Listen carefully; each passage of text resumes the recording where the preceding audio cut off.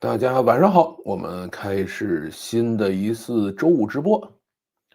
我看看都在说什么啊？有人6:49抢到了沙发，然后这个机器人恐怕是奔着这个做成机器性伴侣去的，这个跟那个应该差得很远啊。这个性伴侣这个还是非常非常遥远的一个事情。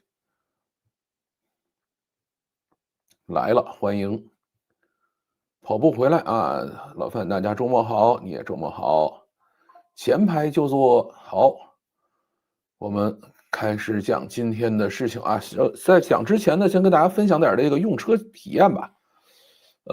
小米玉7这个车开起来还是非常非常爽的啊！我现在已经打开了，城市里边的高架领航啊，然后也打开了这个自动泊车、自动的这种出车啊，什么都已经打开了，还是非常非常舒服的啊。就是你到了这个停车场，说去给我停进去啊，自己给我停进去了啊，换眼镜。对，你看这正好闲聊的时候就被大家提醒了要换眼镜。就是它这个眼镜是叫什么来着？防蓝光眼镜啊，它这个在做直播的时候就会有一个紫色的影子。对，这个电动车开着还是很好玩的啊，它是一个非常非常有趣的大玩具。然后呢，这2天还充了一次电，啊，这个充电真的是让我这个心哇凉哇凉的啊！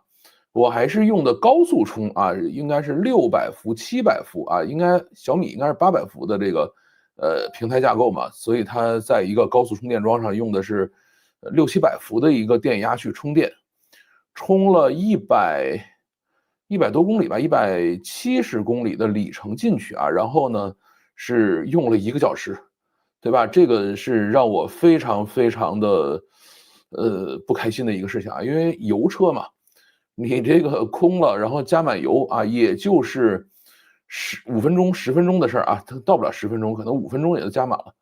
但是你想，我才100多公里，也就是1/3油箱加啊1/3的续航加进去，对吧？1个小时都没了。你要是油箱这个就是电彻底耗光了。整个充满的话，至少得3小时往上，3、4个小时啊，这个还是挺不爽的一个事情。所以我觉得这可能是真正制约电车的最大的一个点了。然后另外一个让我觉得不是很开心的点是什么呢？就是这个车停了一晚上啊，它就耗了10公里。因为我现在是把小米的这个小米 APP 做了一个 widget，直接挂在 iPhone 的首页上了。对吧？它就始终告诉你说你这个车还剩多少续航，还剩多少续航。我从昨天晚上开回来呢，搁那搁着，然后今天一天没动，到现在24小时10公里的续航没了。然后我就赶快在推特上问我说：“你们车也这样吗？”他说：“你是不是开哨兵模式了啊？”哨兵模式就是有人接近我的车的时候会录像啊，而且它等于那个车是在7乘24小时录像，然后呢只是存最后3小时的循环录，对吧？一直在干这样的一个事情。而且哨兵模式的话，它会分析哪些是危险动作，然后把它们单独记下来。这个我说我开了啊，他说开了就是正常啊，这可以一天24小时耗10公里的这个续航啊，就是这样的。这个也是一个不太爽的地方啊。但是另外，车开起来真的是没得说啊，爽的一塌糊涂。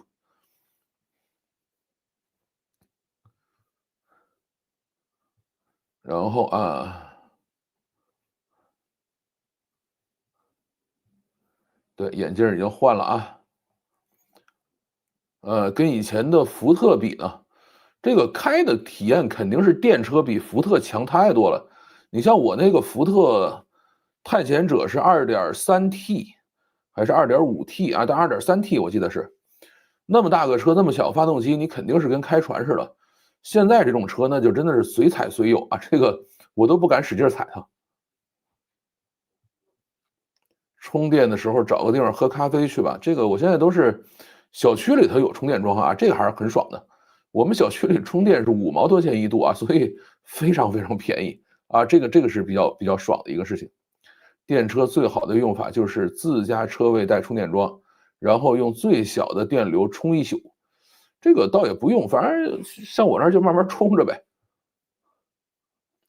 其实电车最适合晚上回家直接插上，第二天用就完了啊。这个还好啊，因为我呢跟其他人的工作作息时间不一样，对吧？我白天不上班，所以呢我完完全全可以这个白天出来啊，把车开到那个小区充电区去，把它充满电啊，然后呢这个比如说早上搁那儿，然后到中午吃饭的时候呢下去把它这个开走啊，大概是这样的一个事情，所以并不复杂。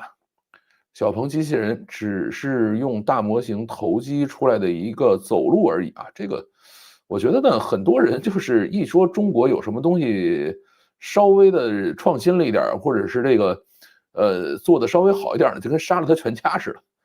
这个何小鹏这几天也觉得很爽，很不爽啊，因为很多人都质疑他，最后他把这个号称价值是几十万的这个机器人的外皮直接给剪了。对吧？这个就觉得非常非常冤啊，这个也没什么可冤的，因为国内呢，就是包括这个全球吧，这个恨国党很多啊，而且很多恨国党都是中国人。这个待会儿咱们自己仔细讲啊。这个小电流充电对电池有好处啊，充1-2年续航可以增加俺的老 Model Y 就多了20公里啊，这还有这故事？现在我都是大电流，而且我那个充电枪好像没有小电流的，我们那个充电机上就只有一个那个快充口啊，它没有别的。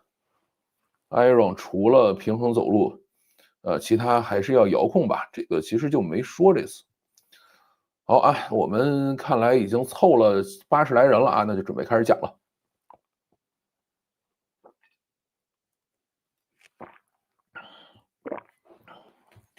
大家好，欢迎收听老潘讲故事的 YouTube 频道。今天咱们来讲一讲小鹏 Iron 机器人是不是中国的擎天柱。首先呢，它是一个女性机器人走猫步啊，就被人质疑里边可能有人啊。这个机器人发布呢是在小鹏科技日，它呢是第7届小鹏科技日11月5日在广州小鹏科技园举办的。它呢是带着明显女性特征的 Iron 机器人啊，就是有这个女性的第二性征啊，有屁股有胸，用猫步的姿态呢走上了这个讲台，然后呢就离开了。外边呢是一个针织的织物外衣啊，这个现在大家都喜欢用这样的衣服来去包裹机器人啊，现在全球都这么干。很多人呢都信誓旦旦的说里边一定是真人啊。小鹏股价还下跌了，也就是如此了。第二天呢，小鹏就不得不出来解释，把背后的拉链拉开了，说你们看这里头真的是个机器人啊，然后还走2步说你看就是这机器人。很多人说这不行啊，你这个拉开的不够多啊，这个一定是假的，还是不行。那怎么办呢？就剪了一条腿啊，把这个腿外边这个就是包裹的3D 打印柔性材料给剪掉了啊，光剩里边的这些机械的腿了，对吧？说来再接着走猫步啊，还是把这个猫步走出来了啊，算是辟谣了。小鹏的股价呢也开始回升了。那么小鹏的科技日上到底都发布了点什么呢？小鹏科技日咱们现在是第7届了啊，稍微回顾一下。第1届是2019年啊，1024技术分享日，当时还不叫科技日。10月24号啊，是程序员节，在这一天开的。当时呢，讲的是小鹏等于智能车，演示的是智能泊车啊，整车 OTA， 就是直接可以隔空升级的一个能力。然后呢，预热了小鹏 P7 和这个高速辅助驾驶啊，这是2019年干的活。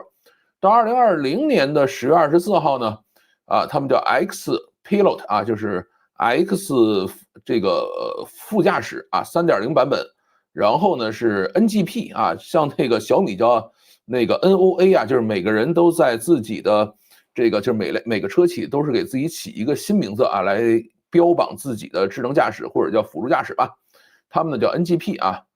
NGP 高速导航辅助驾驶就已经啊可以宣布了，而且呢这个还演示了叫记忆泊车。记忆泊车是什么功能呢？就是你到这个停车场了啊，然后你告诉现在开始记着啊，然后我开进去，这个车位是我的啊，然后下次呢你就可以到停车场自己下车，然后它这个汽车自己进去找你车位停去啊。就是我这个车现在也有这功能啊，但是因为我们那个车位不是固定的，它是浮动车位，所以没法去玩这个记忆泊车，否则的话就真的是可以在家门口下车，然后一关车门，车自己停下了。啊，这个是2020年小鹏去演示的啊，然后再加上全场景语音，啊，去跟他去聊天去。2021年10月24号呢，是800伏平台啊，加上480千瓦的超级补能体系啊，就是说我们现在开始啊做这个超充了啊，然后呢，这个 Xpilot 呢做4.0了啊，就是当时是2020年是3.0啊，到2021年就变4.0了。然后呢，演示了智能机械马，也就是4足概念机器人啊，这是2021年干的活。而且呢，新一轮的飞行器啊，就是新的这种飞行汽车啊，就开始上线了啊。说你看，我们小鹏要做飞行汽车，然后呢，还演示了800伏超充的 G9 新车啊，这个车也是开始量产。到2022年呢是第4届，啊，也是10月24号开啊。它呢就开始有 slogan 了啊，就是原来的都是说我们最一开始叫做技术分享日啊，然后呢开始叫这个科技日啊，科技日到这个第4届呢就开始说我们每个科技日还是要有个招牌的啊，它这次招牌呢叫从遇见到不止遇见啊，起了这样的一个挺文艺的名字。然后呢，他们展示了叫感知架构 XNet。全场景 XNGP 和城市 NGP 路线，也就是你可以在城里边开了啊。这个大家要注意，就是自动驾驶这个事儿呢，一定是在高速和封闭快速路上是最容易的啊，因为它没有红绿灯，对吧？这个只有上下匝道，其他都没有啊。但是你要到城里呢，就会难很多啊。所以呢，他说，哎，2022年去展示在城里边可以跑了。然后全车全时语音2.0啊，实际上就是把内部的什么智能座舱升级了一下。然后新一代的机器人啊也出来了，新架构的飞行汽车啊还公开演示了这种试飞的视频啊，这就是这个2022年。然后呢，他们还说我们准备做无图的 XNGP 啊，什么叫无图呢？就正常情况下这种导航啊都是需要有地图的，但是大家知道很多小区里头是没有地图的啊，这个高德也好啊，任何的这个导航公司也好，它是不允许到一些小区里边去采集的啊，所以呢，他说我们必须要做这种无图的 XNGP。你像我们人开车的话，你到一个没有地图的地方，其实我们也能开着走，对吧？大概率还不会迷路啊。那你说我们 AI 是不是也要干这个事儿？这是2022年的啊，到2023年的是第5届了啊，是1024，依然是10月24号开。他们呢这一次给出的 slogan 呢叫做智驾之王。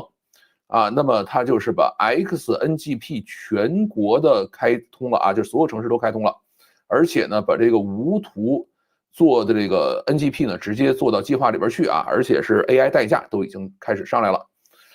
这个自研的大模型啊 ，XGPT 灵眸啊，升级了，他们叫小 P 啊，这个就是华为叫小 E 啊，这个小米叫小爱，然后这个。小鹏呢叫小 P 啊，这个就是反正名字好不好听吧，就是这样了。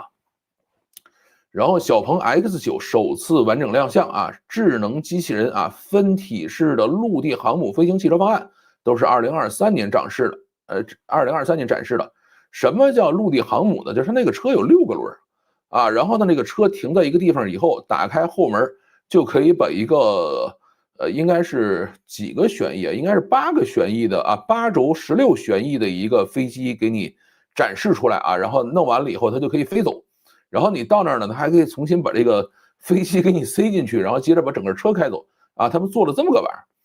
然后到2024年啊，上一届啊就改了，到11月6号了啊，就不再玩1024了啊，因为程序员以后可能玩不下去了啊，所以我们不再跟你们凑了啊，就到这个11月份。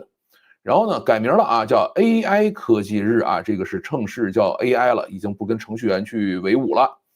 他们呢展示了叫鲲鹏超级电动体系啊，包括5C 超充、什么增程器、碳化硅的电驱，对吧？碳化硅实际上是做这个变压器或者叫功率零件的这样的一个材料啊，就是比较新型的变压器都是拿这玩意儿做的啊。说你看我们把这玩意儿都做出来了，然后呢？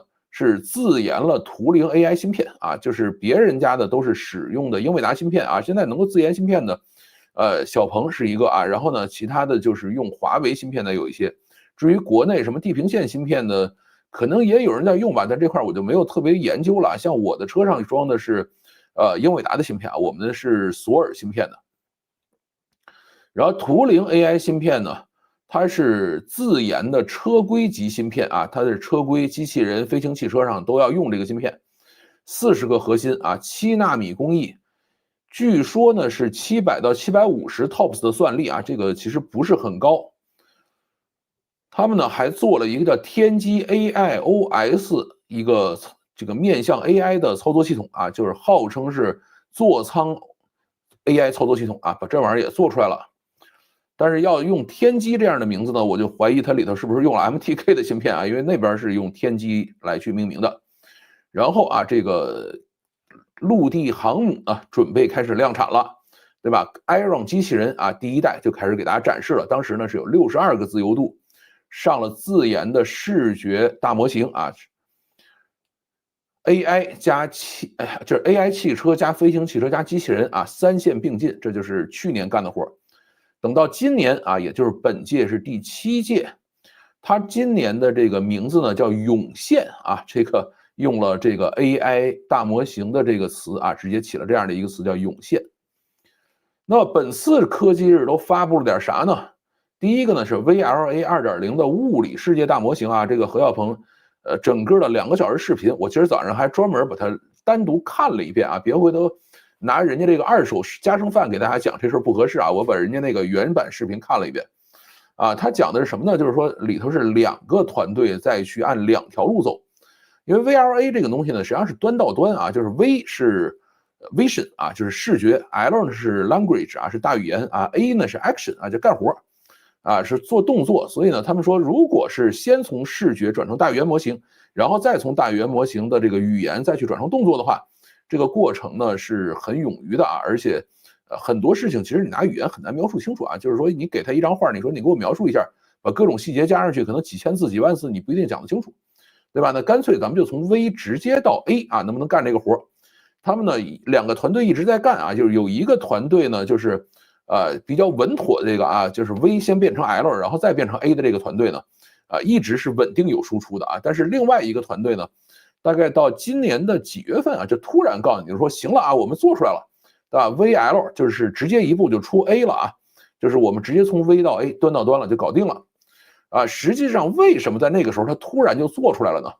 啊，因为呢当时阿里通义千问发了千问 2.5 VL72 这个模型，对吧？阿里等于直接把这个模型发出来了，发完了是开源的，他们就可以拿这个模型直接调了。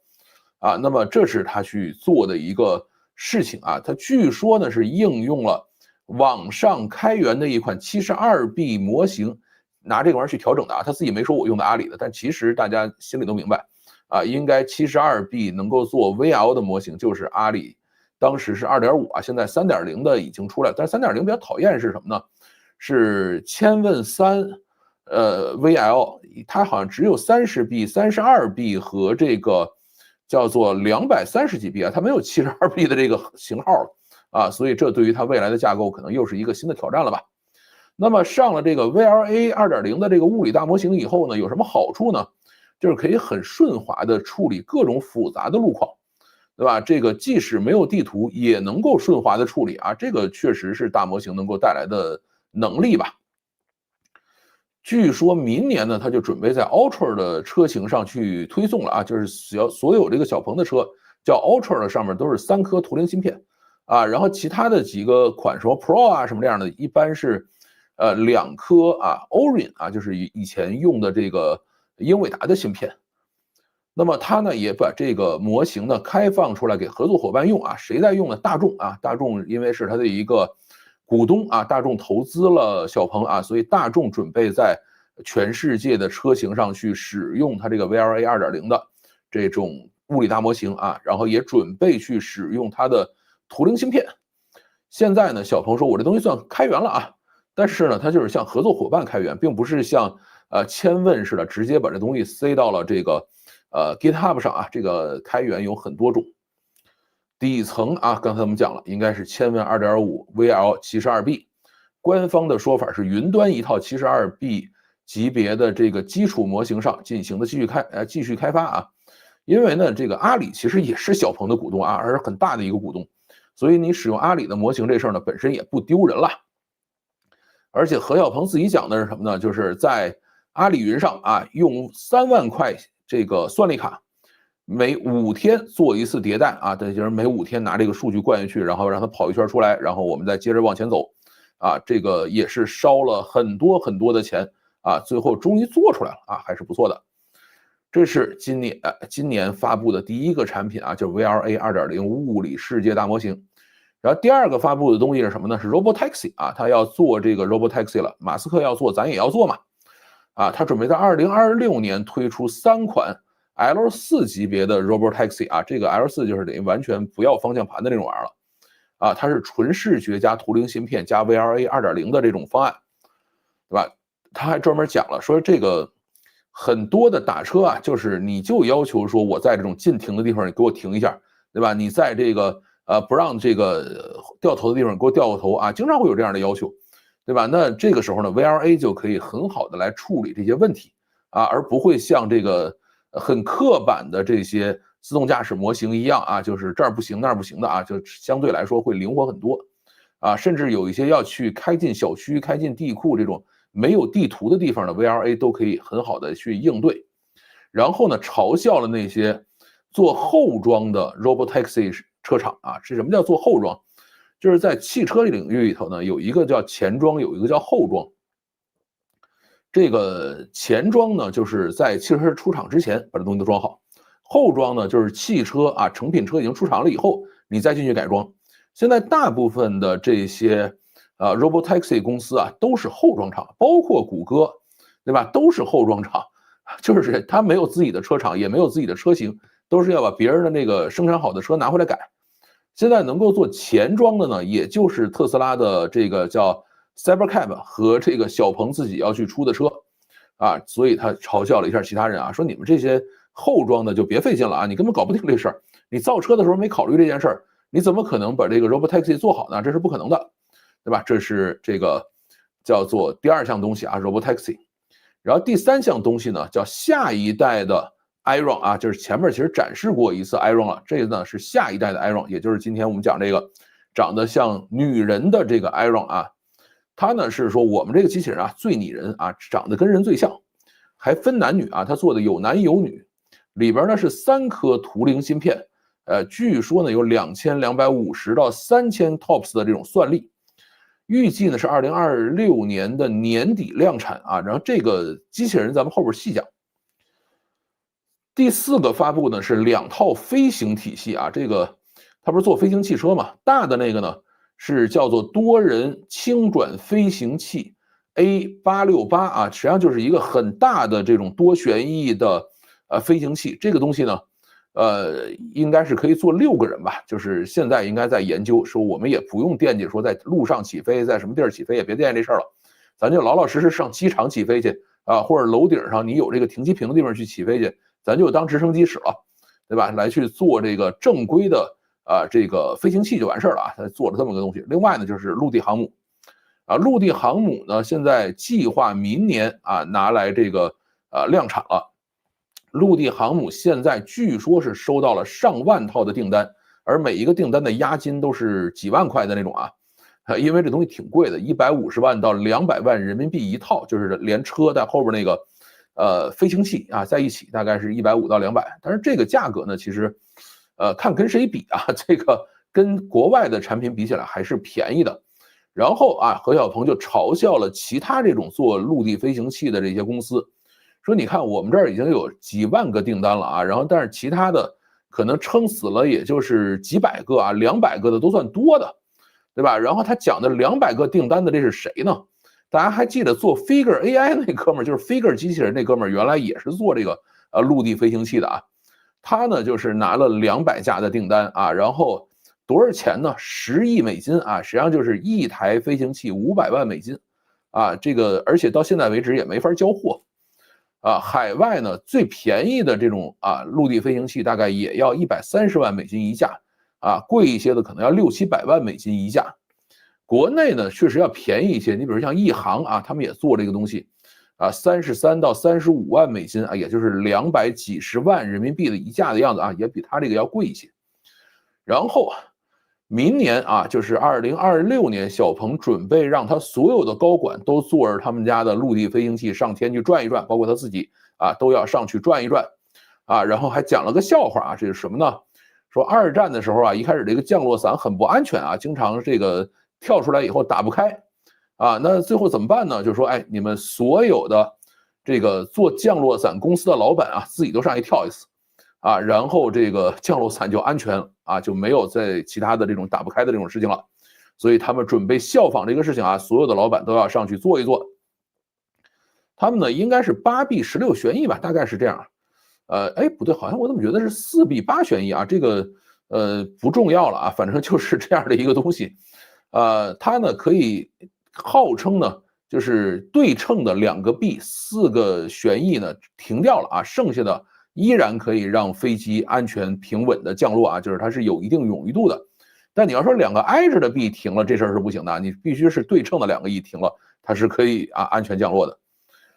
而且今年这个陆地航母还出过一次事儿啊，9月16号下午，在长春航展上，2架陆地航母在空中撞一块了，啊，操作的时候没操作好，直接撞上了。一架呢正常降落了，另外一架呢这个机身受损啊，这个着火了，至少有1人受伤送医啊，但是没有生命危险，大概就是这样的一个事故。那么陆地航母现在到一个什么状态呢？就是这个飞的东西嘛，你需要搞这个叫适航证啊，所以它现在正在中国和海外啊去各地申请适航证啊，这块如果能够申请成功，它就正式量产开始卖这个东西了。也确实不算特别贵吧，你像200万，你开个6轮的车出去，然后到一个地儿停下来，然后你把这个飞机开走，这玩意儿确实是挺爽的啊。当然你开这个东西需要特殊的驾照啊，而且还需要做空域的审批，它不像无人机似的，你可以直接开起来啊，它是需要审批的。现在呢，在敦煌附近有旅游项目啊，说你可以在敦煌附近坐着东西啊，上去了以后看一看这个底下的风景啊，这个你说我拿无人机拍，跟你自己上去看还是不同的感觉啊。所以如果明年它能够搞定适航证的话，会有更多的地方，对吧？上这种叫做小鹏无人机也有人吧，小鹏陆地飞行器的这种这个风景游览的项目吧。那么公司呢也进行了重新定位啊，就不再是造车新势力了，因为造车新势力这故事已经讲不下去了，所以现在呢他们叫物理 AI 世界的出行探索者和具身智能公司，基本上奔着特斯拉那条路走了啊。所以为什么说小鹏这个机器人是中国的擎天柱呢？最后呢没忘了办正事啊，他还说我们宣布这个 X9啊，就是他们家的这个 Mini One MPV 啊上增程的了。原来呢都是纯电的啊，小鹏以前是不怎么做这个增程车的啊，这一次说把增程的也放上去，实际上它的增程器是2024年发布的啊，但是2025年啊说这个车上线了，所以呢小鹏的科技日上发表的东西呢，基本上过了1年啊，最多2年呢都还是可以跟大家见面的吧。那么小鹏 Iron 机器人到底是一个什么水准啊？讲到这儿了。它里头呢，据说是有3套大模型在干活啊，一个是 VLA 啊，就是刚才咱们讲的装车上那个东西；第二个呢叫 VRM 啊，实际上就是大语言模型，你得能跟它聊天啊，它要能够回复你，对吧？你使用千问2.5 72B 或者千问3啊这种72B 或者是多少的这样的模型，其实在这个车上，你只要有足够的内存的话，都是可以干活的。所以呢，它现在讲就是说我这个机器啊，包括车在没有网络的情况下，都可以很顺畅的跟大家聊天啊，不会有什么问题的，不需要联网啊，说我这个算力是很强的然后呢，还有一个大模型叫 VLT 啊 ，T 是什么呢 ？Task， 就是我看到东西以后，然后我可以自己给自己下命令啊，我看到垃圾我把它扔了，我看到打开的水龙头我把它闭了，我看到地上有一杯子我把它捡起来啊，这个是 VLT， 所以呢，它是3套大模型一起干活。这小鹏呢肯定是有自己调大模型的能力了啊，这个跟很多的这些还在拿着遥控器玩后空翻的人比起来就已经强很多了。然后它这个里边用固态电池这个后来小鹏也解释了说固态电池这东西呢只能在机器人里玩啊，你是没法在车上玩的，因为像他造电动车的嘛，一帮人就问他说，哎，你固态电池来了，我车什么时候上啊？说上不了啊，说固态电池的这个小一点的还可以啊，就是机器人里大概就是1度电到2度电，你像汽车里经常是80几度电，甚至是100度电啊，那个玩意儿你固态电池根本搞不定，太贵了。然后呢，他说为什么在这里的上固态电池呢？就是防火啊，这东西它不着火。啊，另外呢，就是啊，固态电池很贵啊，所以你小批量的上到这个机器人里还可以。而且固态电池还有一个很大的毛病是什么？就是它功率低，对吧？你不像是电动车上，我一脚这个不叫油门，叫电门踩下去，你得噌一下窜出去，啊，要进行这种很强的放电。但是固态电池搞不定这个事儿，而且固态电池还有一个很讨厌的地方是什么呢？它怕这个怕拉力啊，怕挤压，也怕温差。所以呢，你在这个特别冷、特别热的地方，固态电池都不是那么好使啊。所以为什么到现在为止，固态电池都没有办法上车的一个原因啊，他也解释了一下。但是机器人啊可以上这个东西，反正也没人让这种机器人啊挺老贵的东西出去风吹雨淋的，对吧？还是个女性机器人啊，所以应该不会遇到什么啊温差呀啊这种应力啊，或者是这种拉扯呀啊这种不太会遇到。现场呢，并没有做任何的控制和交互的演示啊，就是走出来一圈啊，他走着猫步走出来了，然后呢，再走着猫步走了啊，其他啥也没干，所以会被人质疑。第二天呢，其实也没有再演示任何的操控和交互啊，他就是能走，其他啥也没有啊。里边确实没有人啊，因为已经拆了一条腿了，这个你说让他彻底拆掉了，人家有这个拆开的啊，你说我。这个从已经喷好这个3D 材料的这东西重新拆掉，其实没什么必要啊。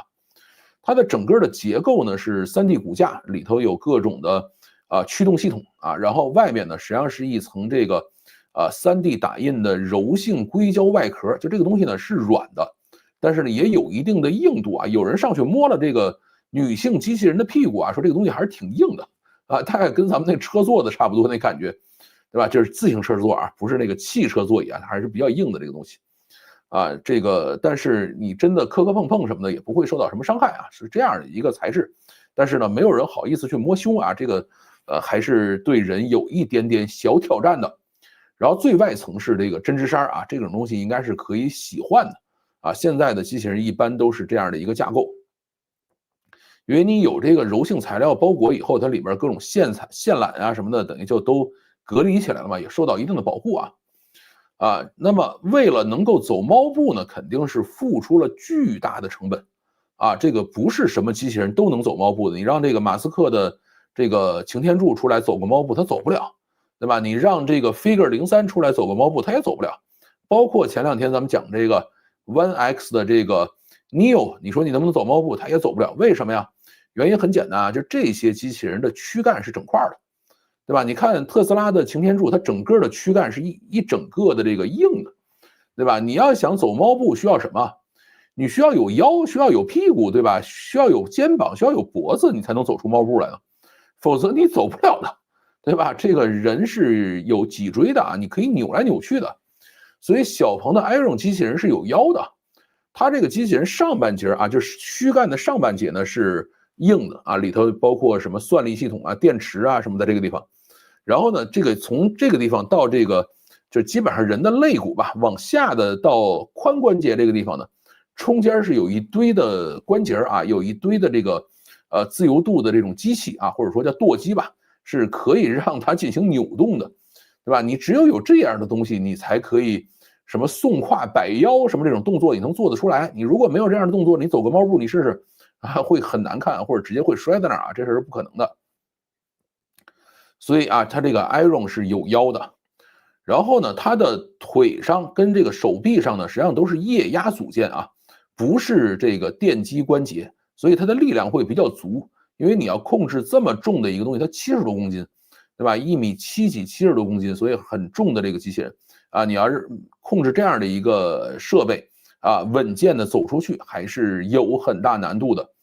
而且大家注意，走猫步的时候，人要摆臂，对吧？那你一定要动肩膀啊，你不能说我这个肩膀不动，然后我在这儿摆手。你像特斯拉的这种机器人，整个上身是硬的，对吧？从肩膀一直到这个胯关节胯之间吧，它是完全是硬的，对吧？那它就没法去让肩膀去做出任何动作，但是这个 Iron 它是有肩膀的，它这个肩膀是可以耸起，可以向很多个角度去移动的，所以它才可以很优雅的像人一样走猫步，对吧？这个里头就是走猫步其实是付出了巨大的成本，就是它的制作成本一定会高很多，对吧？这个东西有80多个自由度，82个自由度。大家要知道，特斯拉的那个擎天柱只有40几个自由度啊，它那个自由度少多了。那个自由度用在哪儿呢？就是什么肩膀啊、腰啊、屁股啊、臀部啊，就这些地方，对吧？你想去什么这个送胯摆髋一下什么，这个东西你没有这个多出来40几个自由度，你做不出来的，对吧？它是这样来干的。然后做成这样的硬件以后，再往下就是让 VLA 大模型去干活去训练去了，对吧？你让他说，哎，训练一下跳舞啊，跳哪个舞？说2个小时训练就可以跳出来了。然后你去训练走猫步啊，然后也是这个给他学习几遍以后就可以去走。当然这个对于大模型来说呢，是一个比较大的考验啊。为什么？原来上车嘛，车是比较简单的，除了前进后退、左右方向、刹车就没了啊。这车其实没几个动作需要做，但是这个你想 Iron 身上这个80多个自由度、82个自由度，你需要控制每一个电机去做什么样的动作。你相当于我这边 Vision 完了以后，那边就是一大堆的这个叫什么呢？这个指令啊，就是一大堆的关节控制指令就发出去了。对吧？然后这些指令还要相对来说比较协调往前走而且你想82个自由度还要走出猫步来，这个绝对比擎天柱那40几个自由度的这个要困难很多啊。所以呢，自由度增加了成本维护这个力度稳定性这块呢，可能都会做出一些牺牲。你多做这么多这个关节在上面，肯定成本会上升这没什么好说的，重量也会上升。然后你这么多关节，对吧？你维护起来也很麻烦。而且你这么多的这个自由度的，你的力度你说你是不是用了很大力量以后，它会出现一些其他的问题都是有可能会出现的包括稳定性都会有问题。所以我就讲说它为了让它走猫步是付出了巨大的成本。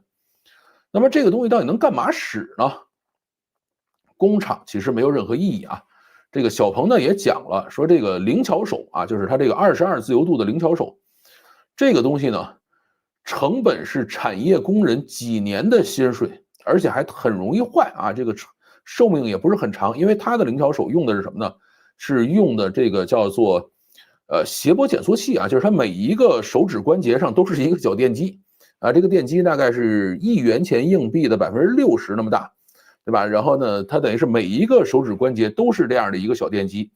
那你用了多了以后，特别你比如说你真的做一些拿这个手枪式的这个改锥去拧螺丝，对吧？那大量的震动放到这个谐波减速器上，玩不了几天就玩坏了所以这事儿都很不划算这个中国的工人薪资本来就低，我现在算，比如说他的产业工人一年算他挣7万或者算8万，也就是这种水平了吧？那么他这一只手的成本，我估计至少得20万往上而且呢，这个机器人身上还得装2只手所以让这个东西上工厂上干活是绝对不合适的事儿。你真要让他上工厂，还不如把那手卸下来，直接把那个电动改锥给他拧手上、拧胳膊上，还更省事儿一点，对吧？所以他说这个事儿不是让他去工厂的他说在国外没准人家产业工人工资高你上这种东西还有点价值，但是在中国绝对没戏这光这2只手的成本都比他们的工资高好多这个事儿是没有意义的。然后呢，说家用说给我们做菜，给我们打扫卫生，说这个几年之内也不太可能为什么呢？说各种误伤说很多人说，哎呀，这个机器人打我一顿怎么办？机器人不会打你一顿，机器人只是说，指令执行错了，然后挥起胳膊来直接扇了你一巴掌这种事儿是有可能的，对吧？这个或者机器人摔倒了你砸着人了砸着猫猫草草砸着这个猫猫狗狗花花草草了，这事儿都是不行的。而且家里的摆设和布局呢？是千差万别对于他们来说叫大模型泛化能力，对这个东西要求实在太高了，对吧？你每家这个东西摆的都不一样，买的这种家务事儿也都不一样所以机器人进家庭呢，他觉得可能还要个几年所以现在这事儿还搞不定。那他这机器人能干嘛使呢？叫3导导游、导购、导览就是我带着你上这个里头转转或者我带你去卖房子我带你去这个看看车，我给你介绍介绍我们家车。或者是我带你上这个工厂里转一转这个3导，所以他说我们就干这件事了。明年年底呢就准备量产，但是量产的肯定没有现在这个这么大他说会矮一点啊，会轻一点，因为现在这个成本一定是太高了，绝对不可能20万搞下来。他那一只手我估计20万就够了，对吧？所以未来你去做导游导览的时候，你不需要灵巧手啊，你就可以把这个成本降下来一点。明年呢，就是小鹏自己家的啊，全国大概有600-700家门店都会有这样的机器人导览啊，所以到明年年底我们就可以看到这种东西啊，在小鹏的店里头去卖汽车了。然后宝钢股份的党委书记还出来讲了一小段啊，说我们定了啊，我们买了几台，回去干嘛呢？做巡检啊。这个为什么钢厂会买这种东西做巡检呢？啊，因为钢厂有很多仪器仪表，有很多的这种阀门啊，你如果是自动读表，那你就需要去改造这些设备啊。如果你说我不想自动读表，我就要靠人去看啊，那你说我上这个轮式的机器人行不行？不行啊，你有的时候还得上个台阶下个台阶，你才能看到这个玩意儿，对吧？那么这样的话，就使用这样的人形机器人啊，可以上台阶，可以下台阶啊，可以去查表去啊，说你们就去给我做这个巡检吧，包括哪个阀门现在是开着是关着啊，你都给我看去啊，这个也算是一种应用吧。然后啊，这个应有之一是什么？开放 SDK 啊，具体的玩法呢，可以等着大家去发掘啊。你说这个玩意儿能不能成为这个叫做性爱娃娃这个事儿呢？其实不现实啊，因为没有相应器官啊，这个而且它的安全性其实没有那么高啊，就是你万一真的这个机器人做点什么动作反应，再伤着大家就不合适了啊，所以啊，开放 SDK 也不可能把它培养成这个真正的充气娃娃啊，这个还是有很大差距的。那你说何小鹏到底是一个什么样的人呢？对吧？这个怎么就整成这样？他算是中国新势力啊，魏小李里头，他是小嘛，算是技术最领先啊，或者说技术最扎实的一个公司。何小鹏这个人呢，是1977年11月3日啊，湖北黄石人啊，所以他后来把这个开放日啊，或者叫科技日改到11月份，可能也是凑他生日。他呢是华南理工大学计算机系的学士啊，本科毕业了就开始出来干活了啊，因为他是95年毕业的吧？啊，不是，他是95、6、7、98年毕业的，他95年上的大学，对，他95年上大学，98年毕业的啊，那个时候的话就是能上硕士人其实很少啊，所以他本科毕业就出来干活。后来呢是在2004年到2014年啊，在 UC Web 在那儿做联合创始人。后来 UC Web 是几十亿美金卖给阿里了，这个何小鹏呢算是完成了第一次的这个资本积累。2014年到2017年呢，这哥们儿在阿里做高管啊，就是 UC Web 去了以后，他实际上是在管这个项目。2014年是一个很关键的一年，2014年出现了一个什么事儿呢？就是特斯拉入华。第一批9位车主呢是马斯克亲自交钥匙啊，里头是没有何小鹏的。但是何小鹏自己讲呢，他是第一批车主，但不是前10人，所以呢，他没有上台去跟马斯克握手去拿钥匙，对吧？但是他也是第一批，所以马斯克第一批车主里头，像什么理想、李斌、雷军啊，就这些人都是后来给他都是马斯克竞争对手，包括何小鹏啊，都是第一批的。所以啊，马斯克入华真的是对中国的新能源产业这个带来了很多的变化啊！如果他不入华的话，就没有后边这些事儿。然后这个2014年的何小鹏就投资了小鹏汽车啊，就是当时他是作为投资人进去的。2017年呢，他正式离开阿里，全职加入小鹏汽车啊，他是这样的一个履历吧。从2017年一直到现在啊，一直在管着小鹏汽车。技术上呢，小鹏汽车一直是比较激进的啊，因为呢，这个咱们很少听到其他汽车厂商去偷美国人技术，但是小鹏经常干这活儿，就经常搞这种萝卜急了不起泥的事情啊。比如说特斯拉前 Autopilot 工程师叫曹光直，离职前拷贝了 Autopilot 的代码，然后加入了小鹏汽车。特斯拉呢起诉了曹光直，但是没有起诉小鹏。最后呢，曹光直跟这个特斯拉签了和解协议，里头呢也没有认定小鹏使用了特斯拉代码啊，就是说他确实没用。马斯克呢就阴阳怪气嘛，说过这个事儿，说小鹏就是拿着特斯拉老板软件的一个公司，但是现在呢应该都已经在原来这个位置上往前走了，就跟腾讯似的，对吧？他做 QQ 最早是 OICQ 的代码，但是你现在再说，哎，这个腾讯 QQ 原来是抄 OICQ 的，只能说你在考古，对吧？现在的 QQ 已经跟那个时候 OICQ 完全两回事了啊！走出了完全不同的另外一条路。那么除了这个曹光直之外，还有苹果自动驾驶项目工程师张小浪离职准备加入小鹏的时候被 FBI 逮捕，2022年认罪，说下载了自动驾驶的电路板和研发资料但是呢也没有指控小鹏参与，小鹏还公开出来发了声明，说跟此案无关对知识产权零容忍我们一定要尊重知识产权。还不算完还有一个叫陈继忠，另一位苹果工程师被指控窃取自动驾驶资料，准备加入小鹏。所以在新势力里头，小鹏是传出了3起窃案其他的都没有，对吧？但是小鹏最后都全身而退了，并没有哪一个真的被抓住。所以在技术里头呢，相对来说它是比较激进的。那你说小鹏到底是不是中国特斯拉呢？小鹏这个现在的情况是依然在亏损，每个季度都在亏损这个没有盈利，但是呢已经接近扭亏为盈了就是它每个季度营收应该也是有个几十亿人民币吧，现在可能每个季度还亏个几亿人民币大概是这样的一个一个情况吧。然后现在呢月销量也上去了。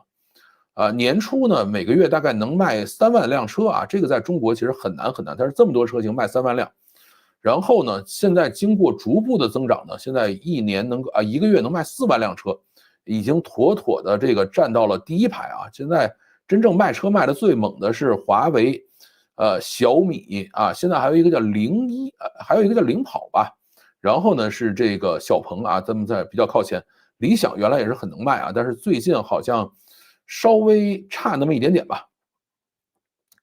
小鹏在技术上呢，算是可以跟华为稍微掰掰手腕，但是跟特斯拉肯定还是差很远。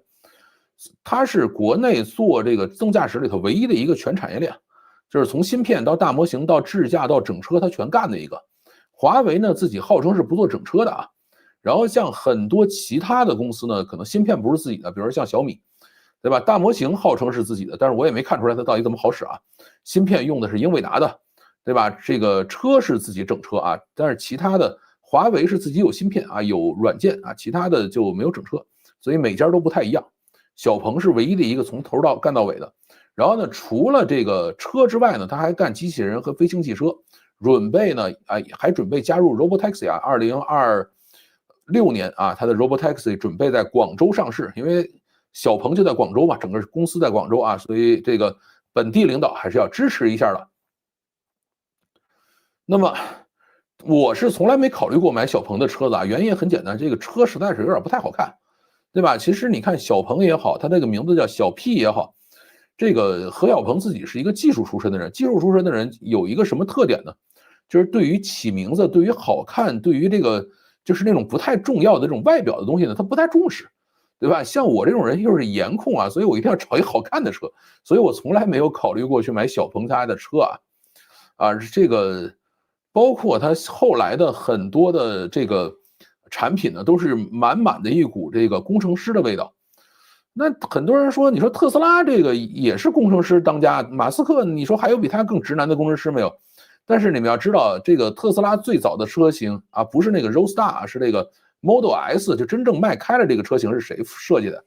那是平尼法利纳设计，那是法拉利给他设计的，对吧？这车多好看！你这玩意儿你让马斯克自己去设计，肯定是不行的但是小鹏最近几年的车稍微好看一点这个还是需要努力吧。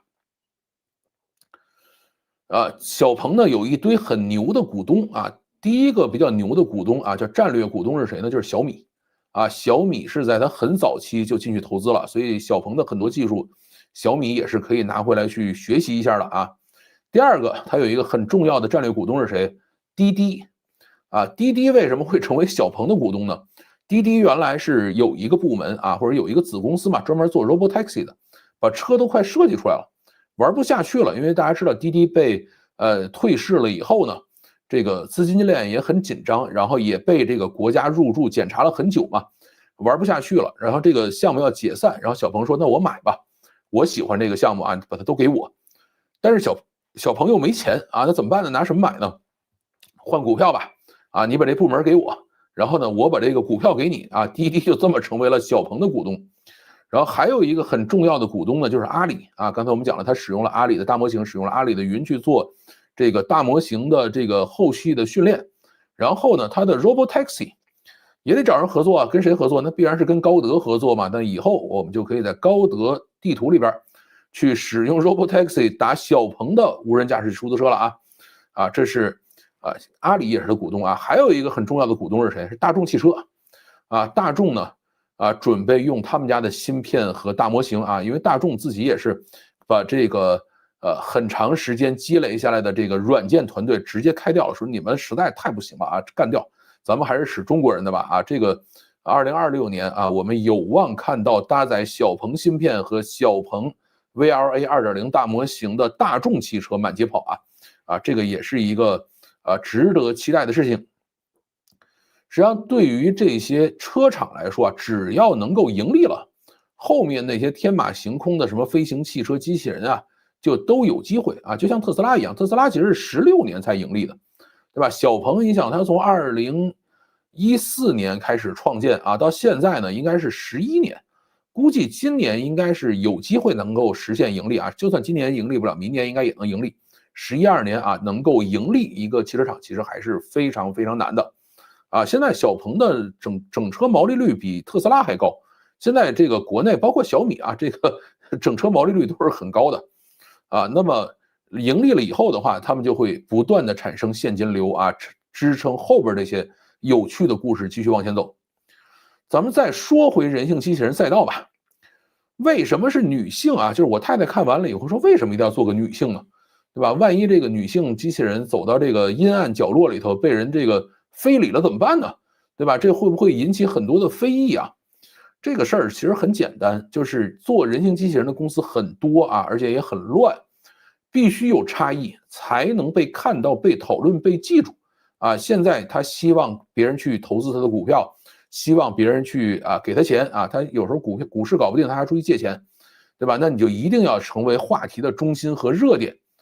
那么小鹏 Iron 牺牲了成本、性能、稳定性，换来的就是最拟人的方案，对吧？它有脊椎有屁股、有腰、有肩膀，那么必须要给大家足够的震撼。那么一定是女性走猫步这个事儿是能够给大家足够震撼的否则的话，你要想再震撼，你说我跳舞，你能有特斯拉的这个擎天柱跳得好吗？你说我打拳，你能有羽树的那个打得好吗？没有。但是呢，他们都是直板的直板的躯干，所以你就没有办法做猫步，只有小鹏可以干这个活，所以它效果非常好。小鹏这一次获得了足够的关注和流量，目标其实是达到了，也是通过使用女性形象。你说这是物化女性还是什么？没有任何问题这个就是物化女性了，对吧？通过这样的一个方式实现了它的商业目的。而且呢，这个机器人短期目标实际上都是女性的用户就是女性用途吧，导购、导游、导览，全是女性该干的活，对吧？所以他使用女性机器人在这个他小鹏的店里头给你介绍汽车，还是一件挺有意思的事情。如果这个机器人到店了的话，我应该会跑去店里边跟他聊一聊小鹏汽车到底怎么回事的如果这个东西价值20万左右的话，应该能够有市场。但是20万的话，我估计这个手就没有这么22个灵活度这么灵巧了这个机器人应该也会做的稍微小一点点。最后总结一下吧，小鹏科技日的女性机器人呢，确实是引起了足够的社会讨论。有些人呢很难承认中国科技是有创新的这个一旦承认，好像跟杀了他爹一样。所以小鹏呢也觉得很委屈说我最后还要让机器人来证明自己是自己他最后他也出来这个感谢大家了说你们能质疑这个东西里头是人呢，实际上也是对小鹏的一种肯定，对吧？这个但是还是就是有些人在里头谩骂嘛，他觉得受到了委屈。小鹏呢算是愿意砸钱做研发的一家中国车企这个我觉得比小米强这块还是要承认的。小米呢除了车做的好看、车做的着实之外，其实没什么别的优点这个智驾系统什么这些东西都不怎么样它只是说我在里头塞了2颗索尔芯片，索尔芯片1颗的这个算力应该是1000 TOPS它像我那个车里是2颗，就是2000 TOPS。现在的这些车就是想要达到 L3、L4， 你至少保证随车有2000 TOPS 的算力啊，所以我那个车是够的啊，然后这个只是软件差一点啊，然后我们后面啊继续期待小鹏在未来可以给我们带来更多有趣的故事吧。好啊，这一期呢就跟大家讲到这里，我们来看看大家在聊什么呀？今天聊到200人了啊，真不容易。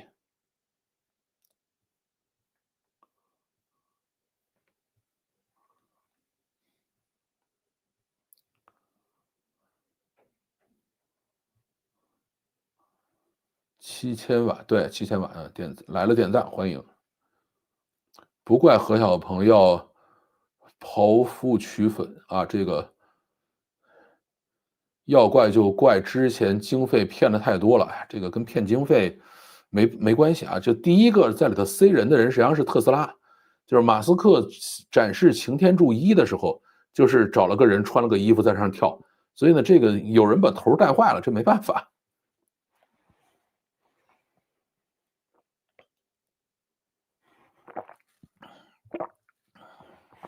不喷眼罩也不必太在意电池寿命的问题。哎呀，我是准备上了牌子以后开车出去自驾呢，这个到时候我开车找你玩去。中国企业口碑是自己做成这样的，不是机器人不可信，是企业不可信。哎呀，这个就是各自还在努力吧，有必要啊。电池不健康之后，耗电会加快，我觉得这个真不好说。走猫步比语数的这个能武术，其实更简单，技术含量没有语数高。女性是炒作噱头，走猫步真的很难啊！语数那个东西，你再怎么训练，它也走不出猫步来，它没有这个部位和功能，而且关节越少，其实越好控制。就是你像小鹏这种80几个自由度的机器人，你要靠语数那种大遥控器的话，你是根本没法控制的啊！这个直接会瘫在地上的。请问好奇，如果自动泊车把人撞了，是谁的责任？自动泊车把人撞了还是自己的责任啊？因为要这个自己看着啊。但是你如果上路上了啊，自动驾驶的时候撞了是车厂的责任。听了半天才意识到，范老师讲的是 pilot 啊，不是 pillow 啊，pilot，对对对，pilot。没加充用起来很麻烦啊，我们就没有加充啊。这个，但是我觉得还可以吧。这个东西，因为我自己开的也少，1个礼拜或者是2个礼拜充一次就够了啊。而且小区里头那个电很便宜。谁在方向盘后面谁负责啊？这个不是的，现在国内规定的，你如果号称 L3了，就是车厂负责了；没有 L3的、L2的，就是人负责。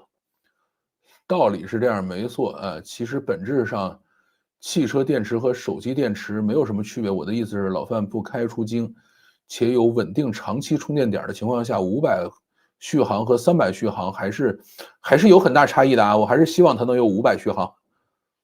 我现在充满了大概是530还是500几，就是那种仿真续航应该叫，不是那个工况续航，工况续航有800多啊，所以那个肯定是不准的。说它里边套了真人是最高褒奖啊，但是我觉得小鹏自我炒作，这肯定有这方面的因素在里头。或者有个插座也行啊，10安就够。像这种你家里整个插座里充一宿你也充不满吧？小鹏这波营销做的不错啊，这个确实是做的不错，绝对成功。电池包如果出了问题，BMS 只让你充到这个满电的25%啊，这个我还真没遇到过。啊，这毕竟刚开始玩嘛。跑步回来啊，跑步中边跑边听啊，注意安全。单从走路来看，小鹏机器人已经收超特斯拉太多了。这个它就是从结构上啊，就是它肯定牺牲很多东西。特斯拉就是说我不追求这玩意儿啊，我追求稳定性，追求这个成本，追求这个其他的一些效率啊，我不追求这种就是走猫步这件事啊，因为走猫步这个事儿，其实你除了去做导游导购之外是没有实际用途的。油管广告多的无法忍受了啊！这个油管最近应该也是在努力刷广告。华为的910C 是有开放的模拟器平台吗？想玩了，很贵很贵的，你要那玩意儿干嘛？你直接买一台不就完了吗？华为在日本应该有代理商吧？我记得是。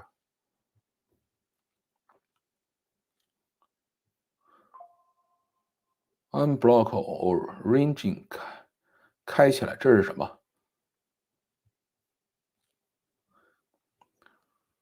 谦虚是中国的美德啊，半吊子创新加上营销是老美和老印的性格。是的，这个老印其实老美也是在老印的影响下才去这个半吊子在这儿吹牛啊。中国呢，一般做的东西还都能做出来啊，这个还是可以的，就是它至少现在宣布的东西都有。老美的创新比老印要强很多。马斯克算加拿大人，5天那个叫微调，对，微调迭代啊，不是训练迭代，那肯定的呀。就是它底下肯定还是有这个什么嘛，有这个一个基础的大模型嘛。如果陆地航母的定义是可以拉着4旋翼大型飞行器到处跑，那是不是所有半挂车都可以叫陆地航母了啊？它不是，它是一个整车啊，它是一个完整的6轮的，应该像 Mini One 式的车，它只是那个车有6个轮子啊，然后呢，它可以自动的把那个后边的这个机器放下来，然后再飞走，然后再到那边还可以自动的装上啊，这个还是挺好玩的。人家名字叫这样的一个名字嘛，对吧？你非要跟这个名字较什么劲呢？现在的多旋翼飞行器，可以像直升机一样失去动力后靠大桨距可缓，这个可控缓降吧，这个我还真不知道啊，没有研究过这事儿，我等何小鹏坐上去以后吧，因为我这个人其实还是比较宿命论的啊，就是我其实不太怕这个东西，就是看到这个玩意儿我也敢上去坐一坐，但是前提是这个何小鹏自己得去做一做。VLT 看到水坑会想踩一下吗？这个有可能啊，这个可能性还是存在的。80度电的固态电池，打个孔装上雷管，这个是可以的啊。但是反正固态电池这个东西还是现在距离整车实用还是稍微有一点点差距。固态电解质在零下30度到100度范围内保持稳定，而液态在低温下容易凝固。但是我现在看到的，反正讲固态电池这块还是有些差距吧。这么多自由度，感觉在文娱领域的前景比工业领域前景大，这东西就没法在工业上用。你设计这么多自由度，你在工业上你需要扛力气的时候，你肯定扛不动嘛。而且你需要做反复运动的时候，它的磨损也是别人的好多倍，对吧？所以这个东西一定是不划算的。美国的擎天柱默认是男性的感觉，欧洲的机器人是中性的，男变雌雄，中国的机器人是女性的，好像是有胸部吧？这还真有意思啊！它那个是男女都有，就是它有男性的也有女性的。实际上，它整个的机器人做完了以后是没有胸部的，它那个胸部是打印外壳的时候那个打印上去的。灵巧手的应用场景，更合适组装和拆除自动化生产线，而非打螺丝。这个，我觉得即使是自动化生产线，可能也是专用工具要比灵巧手好使。为人民服务用啊，这个有点远了。机器人想拍蚊子，结果把用户的脸打肿了，是吧？这个其实机器人经常不是想拍蚊子啊，而是说，机器人经常是会，因为它是大模型嘛，它比如说觉得脚下打滑，它就会挥舞双手让自己恢复平衡啊，它会做一些这样的动作。其实人也会这样，你认为它是一个下意识或者无意识的都可以。像我们比如说，哎，这个重心不稳，挥舞双臂的时候，你也可能打到东西嘛。但是人呢，因为自己是全身上下是有神经的，对吧？而且呢，这个力量也没有那么大。你如果是一个铁疙瘩机器人，对吧？你挥舞双臂让自己保持平衡的时候，你碰到什么东西，那真的是碰啥啥飞啊！郭德纲那个铁砂掌大师的笑话啊，大师早晨擦爽肤水的时候，双掌合拍把自己拍死了啊，这是有可能的。人形机器人啊，啥时候能做到司机把半挂车停工厂门口1晚上之后，啊，自动生产线装好，啊，开始生产，全程不需要人。这块其实已经有了呀，但是它不是它这个人形机器人来去操作，而是由其他机器人把人形机器人造出来，这个事儿是可以实现的啊。就是铲车的就是这个厢式货车，等于往那儿一停，你就相当于是供料口上开始有零件了。然后就由各种专用机器人上去把这些零件拿下来，然后上到产线上，把人形机器人装好造出来啊，这个事儿现在就可以实现。所以何小鹏是不是 UC 震惊部的罪魁祸首啊？震惊部不知道是什么意思，他是 UC Web 的啊，他确实是 UC Web 的一个联合创始人。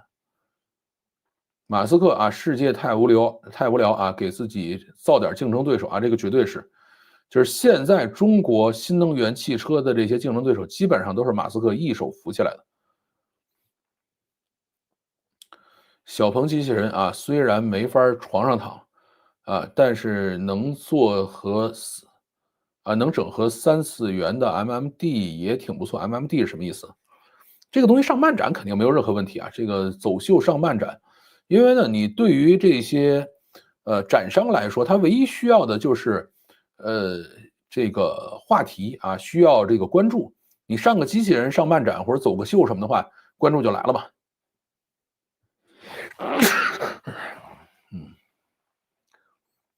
那个机器人根本就不用外衣服散热才快速啊，什么意思？啊，它现在散热应该不是一个特别大的问题啊，因为并不需要做那么高功率的运算。为天秤座打 call，外贸协会永垂不朽，这是什么意思？论看外观买车啊，好，这个我就是这样的。天秤座难道都是这样的吗？看了一堆人形机器人啊，真需要外衣的应该非常少，尤其用在工业。如果用于服务业才有需要啊，但很少全包裹的啊。这个其实你看现在 Figure 03也是有外衣的了啊，是包括前面我们讲的这个 One X 这个 Neo 啊，也是有外衣的。现在唯一没有外衣的就是擎天柱啊，它是没有外衣的。因为擎天柱那东西真的是准备进工厂打螺丝的。其实机器人没必要穿什么啊，是人想让它穿而已啊。最后关键还是我们自己的心理感受，这个还真不太一样啊。他们穿这个东西呢，第一个是为了防尘，第二个是为了清洗，因为它里边那个东西是没法清洗的，就是那个3D 打印的那个泡沫材料很难清洗，弄脏了以后呢是比较难搞啊。然后这个你可能只能更换。啊，外衣的话，你就可以啊让它耐磨，啊，然后呢，对于这种剐蹭啊什么的都可以有更好的防护，啊，而且更换起来的成本也比较低啊，也比较容易清洗，主要是为了干这个事儿是。如果放弃安全性，小鹏可卖，但已经放弃安全性，就等于生命也放弃了。这个没看懂在说什么。大众始终还是比小鹏安全系数高啊，这个。那大众反正未来也会用小鹏的技术呗。Mega 召回怎么看？那该召回就召回呗，这有什么问题吗？哦，这个好像是今天看到的消息啊，是北京一个姓高的人啊编造了这个 Mega 需要因为充了劣质电才着火这个段子，最后让全网狂欢啊，说这个理想啊发明了一个新词儿叫劣质电。今天把这哥们儿逮着了，说那个北京警方上门抓住了他啊，说编造了劣质电这个梗。非礼机器人引起啥非议啊？机器人非礼人才会引起非议啊？这个事儿是这样，就是你非礼机器人呢，机器人不会有什么感觉，但是如果你非礼机器人，旁边还有一些其他的人看到了以后呢，会觉得不舒服啊，也就如此了。如果自己的生命比较重要啊，还是买很多国家测试过的，这个毕竟数据还是重要的啊。但是中国自己的数据堪忧啊，中国现在其实很多数据已经越来越好了。现在最新的2个大模型吧，一个是 MiniMax M2，一个是叫做 Kimi K2 Thinking 啊，这两个大模型现在已经在很多领域里头达到或者接近 GPT-5了啊，他们自己吹牛说超过 GPT-5了，我觉得还是有差距的。走猫步还是不够震撼啊！搞3次元 MMD 是什么？极乐净土啊，极乐净土。我估计现在这个机器人应该还没法跳极乐净土啊，这个极乐净土还是有点太这个剧烈了一点点。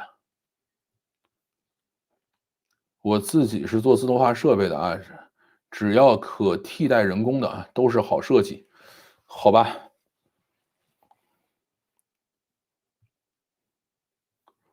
我没记错的话，前些年就有机器人发布会，但所谓的机器人就是这个模特扮演的啊。你想起来这个就是马斯克的擎天柱1代发布会啊，那个就是人扮演的。AI Studio 开了新限制了，打不开了，有啥办法吗？有吗？我现在看一眼 AI Studio。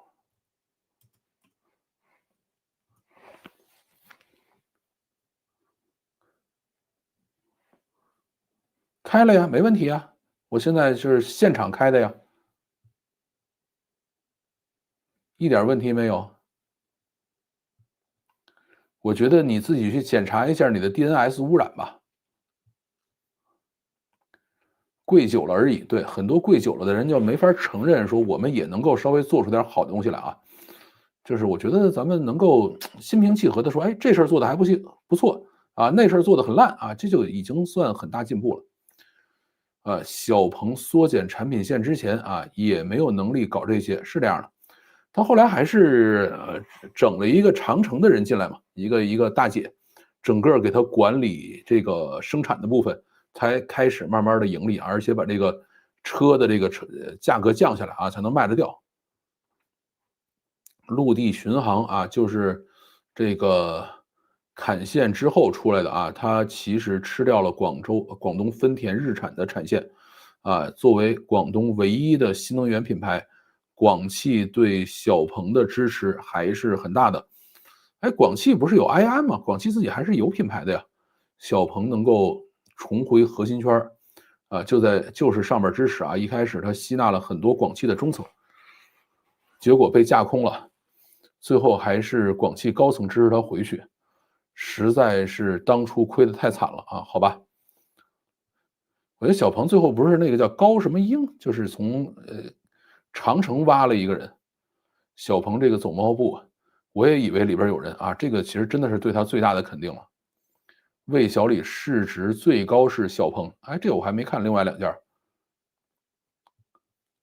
他现在大概是200-300亿吧。应该是200-300亿，哎，我看看小鹏市值是200-300亿美金还是人民币，我忘记了。算了，别，还是在这儿吧。小鹏市值，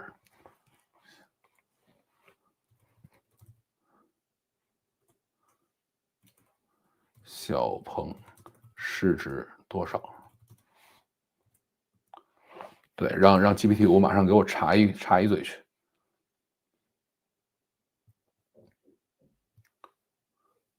把这个关掉。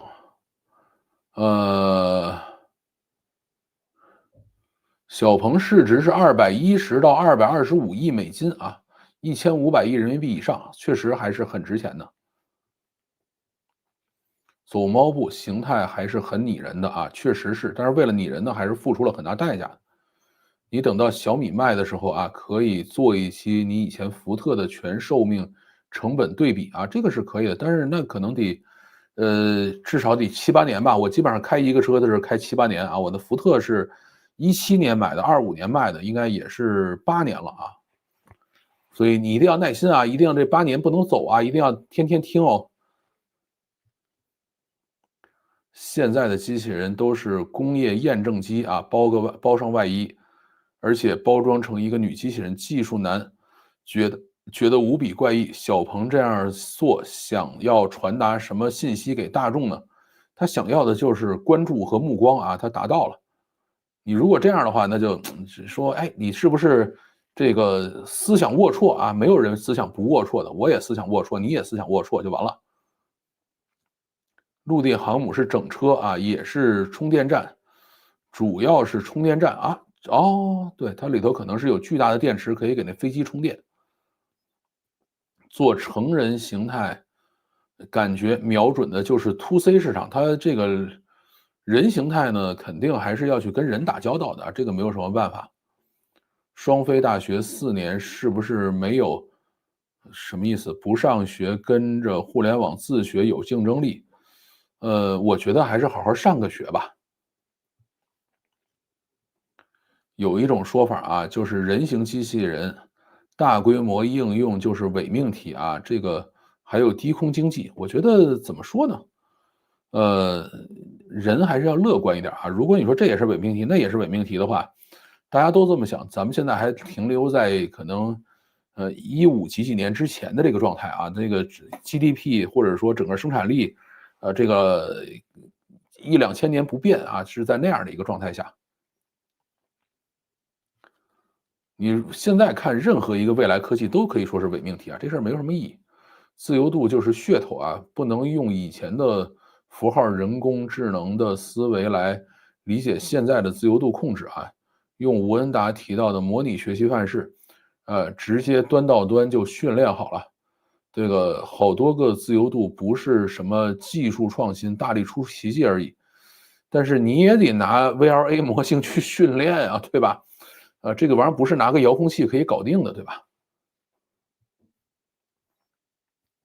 多邻国股市崩了啊，游戏模式教育没希望了。哎，多邻国我还没关注啊，因为我自己英文也差，也没惦记学好这东西。跳宅舞跟走秀还是有区别的啊，债舞有好多小跳和蝴蝶步的动作啊，宅舞有好多小跳和蝴蝶步的动作。是的，整体对整体稳定性的要求比走台步和这个站着挥手要高啊。那这个肯定还是要再训练呗，看看它是不是能够让它的大模型来兼容这个宅舞嘛。机器人胸部可以做的 Q 弹啊，走路能颤动吗？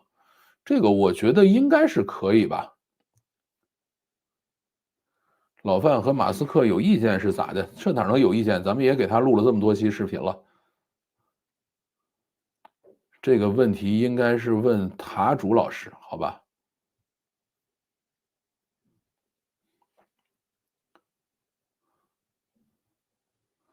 对，多邻国这个问题啊，这是塔主是英语老师，估计很快就有机器人担任超模参加时装发布会了。我觉得应该会啊，这个因为你整这样的一个机器人去走发布会的话，一定会吸引更多的关注和点击啊，因为发布会就是要这个东西，他也不要别的。什么时候出预期的体验视频？哎呀，这几天实在是事情有点多，等我稍微的熟悉熟悉啊，看看都有些什么功能，再去说预期的体验视频，不要着急。说到 DNS 污染，其实是个很难避免的头疼问题啊，是这样的，这个很麻烦，还是要看产品的可靠性和稳定性，光看能不能做出产品，根本啥也不算，特别是做工业产品，还是要看量产嘛。所以小鹏就讲说，我这个也要量产，那个也要量产，他这个机器人是明年年底量产啊，它要比特斯拉那个晚，特斯拉应该是明年年初就会量产吧。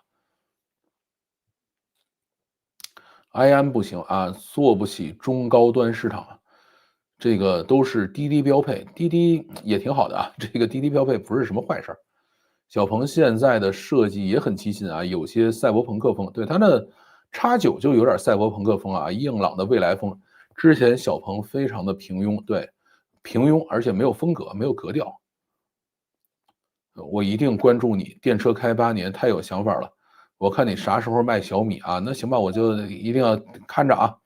这个千万每天都要来啊。那个你哪天没来，我偷偷把车卖了。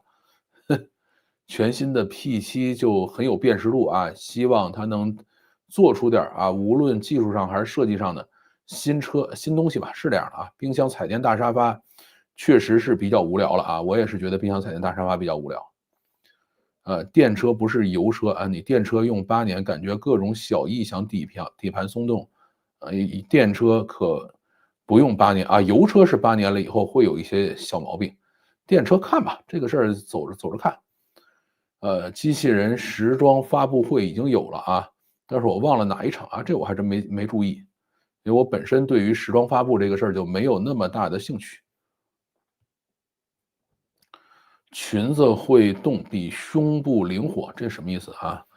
更能满足你的要求啊！印象中，米哈游还为此申请过专利啊？是吗？这个有点太过分了吧？这个可靠性和稳定性不行的话，这个量产，哎呀，这个东西你先量产了再说，然后你量产了以后说啊，你这也不行那也不行，这没有行的时候到你这儿，对吧？你说这个比没有量产的是不是还要强点儿？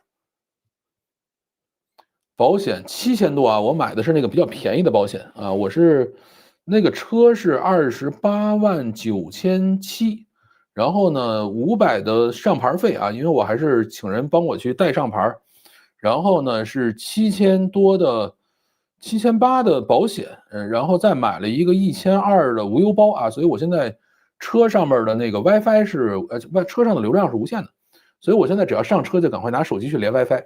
啊，因为就不用再去花流量费了。但是它挺讨厌的啊，就是它连 WiFi 是需要扫个二维码，我现在还不知道怎么把电脑连上去啊，这个可能还需要再研究一下。我准备下次把电脑连到车的这个叫什么上啊？车的这个叫做 WiFi 上，然后看看能不能坐在车里给大家开场直播啊。这个需要大家耐心等待。这个哪天能讲个无人工厂的无人安装和维护的故事吗？空厂房自动测绘，这个距离还有点远啊，其实没有什么必要。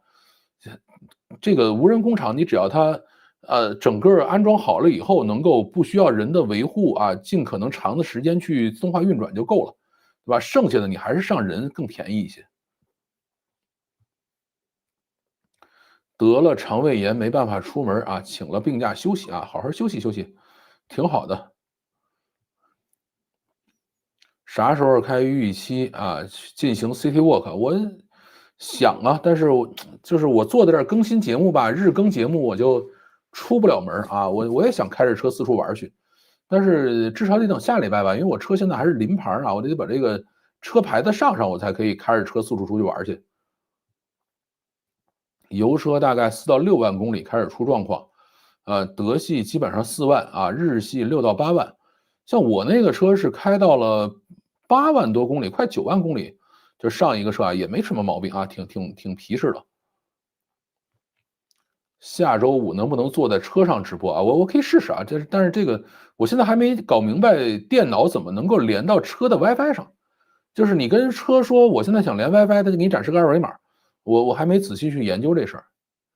小米的保险，你能一次买多年或者是多买几年？这还没研究啊，不知道有没有这种一次买3年的保险配置，还是一年一年买？因为它要根据你的那个出险情况调你明年的保费，它不可能说一下让你买3年，对吧？你一下买3年，第一个是新车的保险本身就很贵，第二个的话，你如果比如说特别激进啊，开车东剐西蹭的，你明年就不是这价格了，所以不会让你一次买多年的。可以搜一下米哈游申请的这个游戏，例会和3D 模型的专利啊，这个我还真回头研究一下。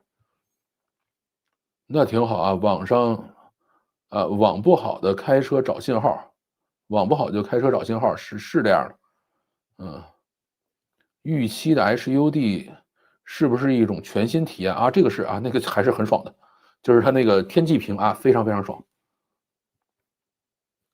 在汽车里面用 iPhone 直播就行，iPhone 也行吧，但 iPhone 的这个叫什么呢？iPhone 的摄像头差一点啊，回头我去研究一下。我刚在西班牙买了台丰田这个普锐斯加7座的啊家用买菜车，这边出租车都是这玩意儿。我一次打车就问司机这车质量如何，那个出租车司机用蹩脚的英文一个劲儿跟我说这台车就好啊，说40万公里一点问题没有，40万啊，这个确实很夸张啊。这个油管直播延迟多久啊？这个我发现我现在发出来的时间是21:24，我这儿也是差不多的，几秒钟吧，我是21:24，41啊，但这个也差不太多吧。主要是无人生产线灵活度太低啊，如果人形机器人可以帮助改装生产线改装自动化生产线补足灵活度不足的短板就很厉害了。其实人形机器人在无人生产线上最主要的用途是什么呢？就是降低人的维护成本啊，就是你比如说你原来无人生产线需要人员巡检各个部位的各个机器的这个运行状态阀门的这个状态，对吧？有些是有这个传感器可以直接传回来的，有些呢就需要让机器人去看一眼，对吧？那么这个肯定是非常好的。你如果没有机器人的话，就要人爬高窜低的去看嘛。现在机器人就可以自己走过去看一眼。我的电车下个月就10年了啊，就是以前的东西没啥智能化这个也没问题了，能开到10年还是非常棒的。电脑直播连信号输入密码就行了，手机连上去能查到密码。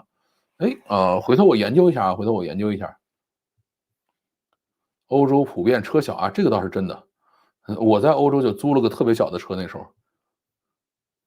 10年电车太厉害了这个确实是很钦佩。买菜车，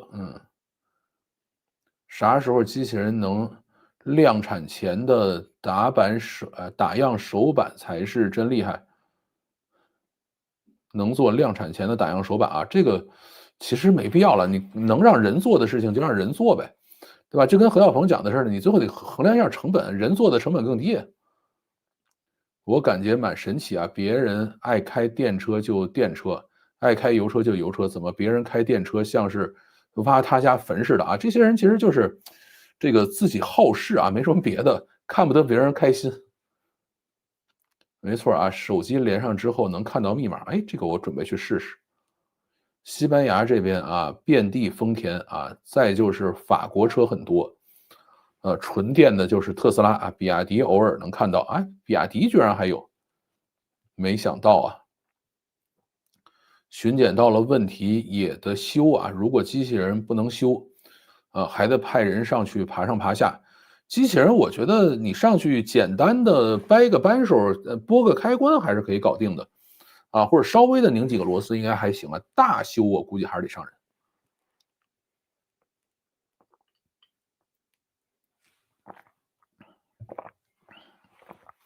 好这个差不多到这里了235个人。我看还有什么看到这个提新车了恭喜恭喜！那个小鹏的机器人有人质疑是真人扮的，对，这个真的是最高奖励。纯电比亚迪在欧洲还是有点的路上能看到。欧洲其实好多欧洲品牌是中国造的，包括很多大众的车都是在中国造的。最近又在考虑主力模型重新用回 ChatGPT 或者 Gemini， 建议选哪个？我现在是 ChatGPT 是主力模型，特别是 Codex 真爽，觉得爽死了。另外，我免费用 Gemini， 时不时提醒我不提供服务，有啥解决方案？没什么办法。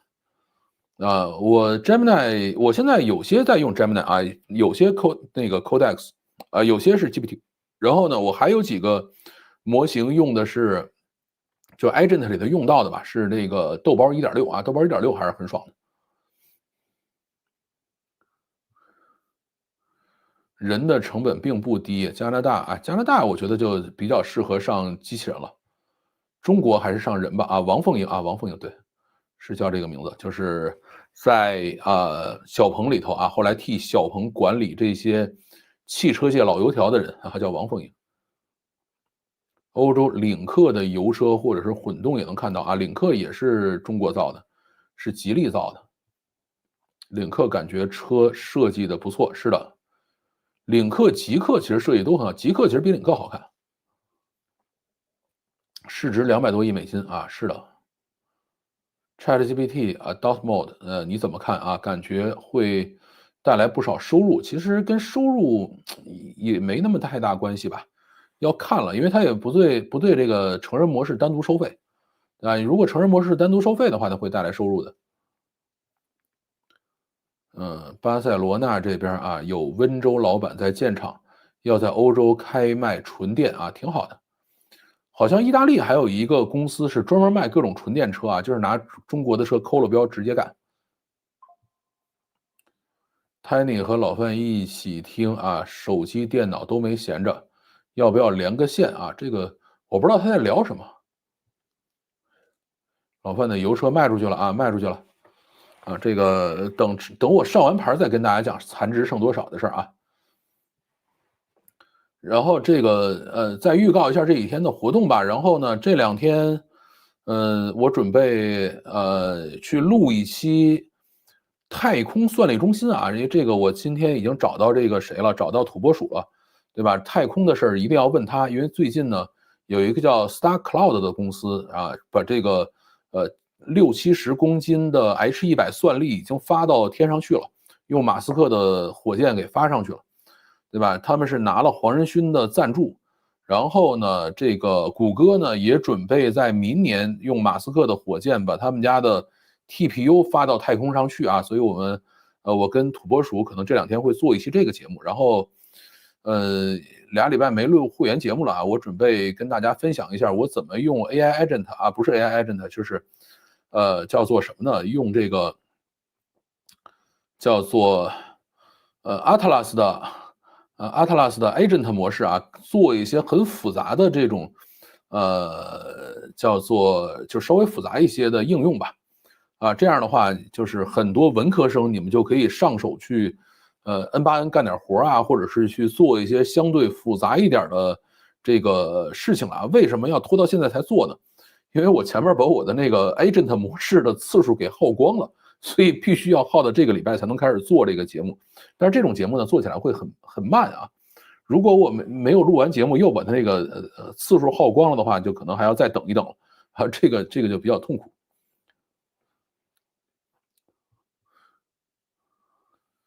美国国防部隔3差5会搞一个什么啊？这个机器人挑战哈，以前上去的挑战者五花八门，挺好奇这几年啊再去决赛什么场面啊？这个就不太了解了。LGO 发上去的成本被 SpaceX 打下来，现在其实还不行啊，现在可能上去一次的1公斤的成本大概还在1-2千美金啊，对于他们来说还是不划算的。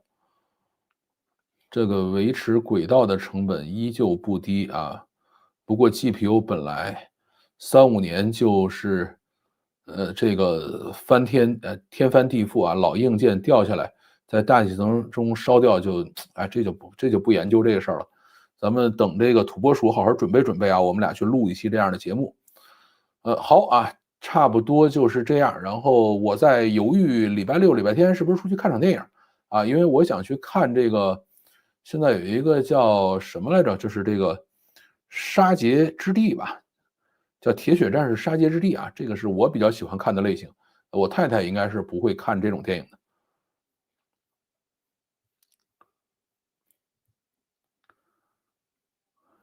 但是能够想着自己去看场电影，还是一个很不错的事情。1-2千美金可以来啊，以前都是好几万，是的。但是现在甭管是 Star Cloud 还是谷歌的话，都是希望更低啊。Star Cloud 说是要到500美金以下啊才可以盈利啊，谷歌是说要到200美金以下才可以盈利。而马斯克说他如果完全可以回收啊，就是他比如说星舰2级可以回收的话，他们可以把这东西打到10美金啊，1公斤的成本是10美金，这个就比较夸张了。啊，看呗啊，是的，我是准备去，还以为老范要去看《鬼灭之刃：无限城》呢。